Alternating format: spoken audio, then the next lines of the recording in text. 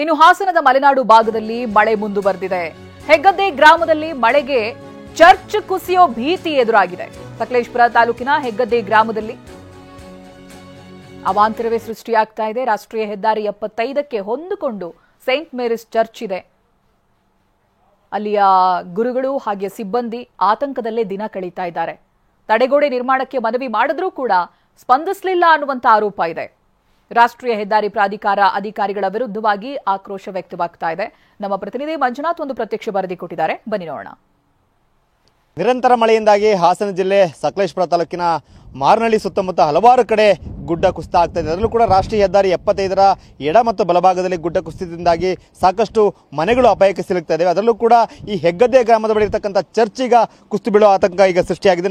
ನಾವೀಗ ಆ ಚರ್ಚ್ ಸಮೀಪ ಇದ್ದೇವೆ. ಇದು ಚರ್ಚ್ ಮತ್ತು ಚರ್ಚ್ಗೆ ಹೊಂದಿಕೊಂಡಂತಿರ್ತಕ್ಕಂಥ ಒಂದು ಮನೆಯಿಂದ ಕೇವಲ 10 ಅಡಿ ಅಂತರದವರೆಗೂ ಕೂಡ ಗುಡ್ಡ ಕುಸಿತಿದೆ. ನಾವು ನೋಡ್ಬೋದು, ಇಲ್ಲಿವರೆಗೂ ಕೂಡ ಗುಡ್ಡ ಕುಸಿದ ಕೆಳಗಡೆನೆ ಚತುಷ್ಪಥ ರಸ್ತೆ ಇದೆ ರಾಷ್ಟ್ರೀಯ ಹೆದ್ದಾರಿ 75ರದು. ಈಗ ಏನು ನಿನ್ನೆ ಅಲ್ಲಿ ಮಣ್ಣು ಕುಸಿತು, ಆ ಮಣ್ಣು ಕುಸಿದ ತಕ್ಷಣವೇ ಚರ್ಚ್ನ ಸಿಬ್ಬಂದಿಗಳು ಎಚ್ಚೆತ್ತು ಅಲ್ಲಿದ್ದಂಥ ಮರಗಿಡಗಳನ್ನು ಕಟ್ ಮಾಡಿದ್ದಾರೆ. ಅಲ್ಲಿದ್ದಂಥ ಒಂದು ನಾಯಿ ಶೆಡ್ ಅನ್ನು ಕೂಡ ತೆರವುಗೊಳಿಸಲಾಗಿದೆ. ಸುತ್ತಮುತ್ತ ರಬ್ಬರ್ ಮರಗಳಿತ್ತು, ಯಾಕೆಂದರೆ ತುಂಬಾ ಗಾಳಿ ಇದೆ.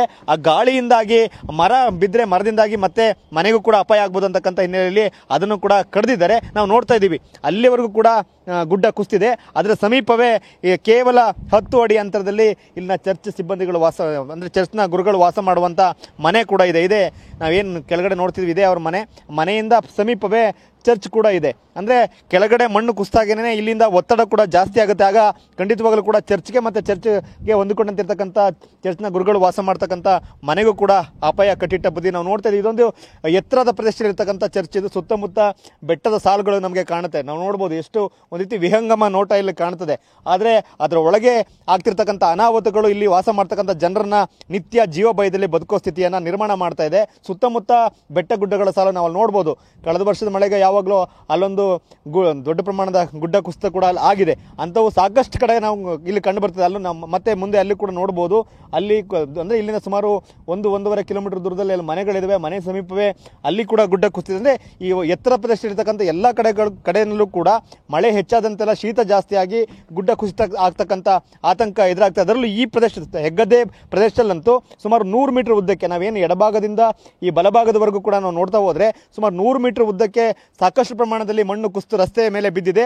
ಮತ್ತು ಇಲ್ಲಿ ಇದರ ಸಮೀಪವೇ ನಾವು ಇನ್ನೊಂದು ನೋಡ್ಬೋದು, ಇಲ್ಲಿ BSNL ಟವರ್ ಕೂಡ ಇದೆ. ಆ ಟವರ್ ಕೂಡ ಅಪಾಯ ಆಗ್ತಕ್ಕಂಥ ಭೀತಿ ಈಗ ಸೃಷ್ಟಿಯಾಗಿದೆ. ಯಾಕೆಂತ ಹೇಳಿದ್ರೆ ನಿರಂತರವಾಗಿ ಮಳೆ ಜಾಸ್ತಿ ಆಗ್ತಾ ಇದೆ. ಆ ಮಳೆಯಿಂದಾಗಿ ಈ ಒಂದು ಹೆಗ್ಗದ್ದೆ ಗ್ರಾಮದ ಚತುಷ್ಪಥ ರಸ್ತೆಯ ಬಲಭಾಗದ ರಸ್ತೆ ಏನಿದೆ ಅದರಲ್ಲಿ ಸುಮಾರು 100-150 ಅಡಿ ಎತ್ತರಕ್ಕೆ ಗುಡ್ಡವನ್ನು ಕಡಿದಿದ್ದಾರೆ. ಆ ಮಣ್ಣು ಕೆಳಗಡೆ ಜಾರಿ ಹೋಗ್ತಾ ಇದೆ. ಸೊ ಆ ಮಣ್ಣು ಜಾರದಾಗೆಲ್ಲ ಸಮೀಪ ಇರತಕ್ಕಂಥ ಒಂದು ಮನೆ, ಒಂದು ಚರ್ಚ್, ಹಾಗೆ ಚರ್ಚ್ಗೆ ಹೊಂದಿಕೊಂಡಂತಿರ್ತಕ್ಕಂಥ ಚರ್ಚ್ನ ಗುರುಗಳು ವಾಸ ಮಾಡ್ತಕ್ಕಂಥ ಮನೆ ಕೂಡ ಅಪಾಯಕ್ಕೆ ಸಿಲುಕ್ತಾ ಇದೆ. ಆದಷ್ಟು ಬೇಗ ನಮ್ಮನ್ನು ಅಪಾಯದಿಂದ ಪಾರು ಮಾಡಿ ಅಂತಕ್ಕಂಥ ಮನವಿಯನ್ನು ಚರ್ಚ್ನ ಸಿಬ್ಬಂದಿ ಮಾಡ್ತಾ ಇದ್ದಾರೆ. ಕ್ಯಾಮರಾಮನ್ ಮಹೇಶ್ ಜೊತೆ ಮಂಜುನಾಥ್, KB, TV9 ಹಾಸನ.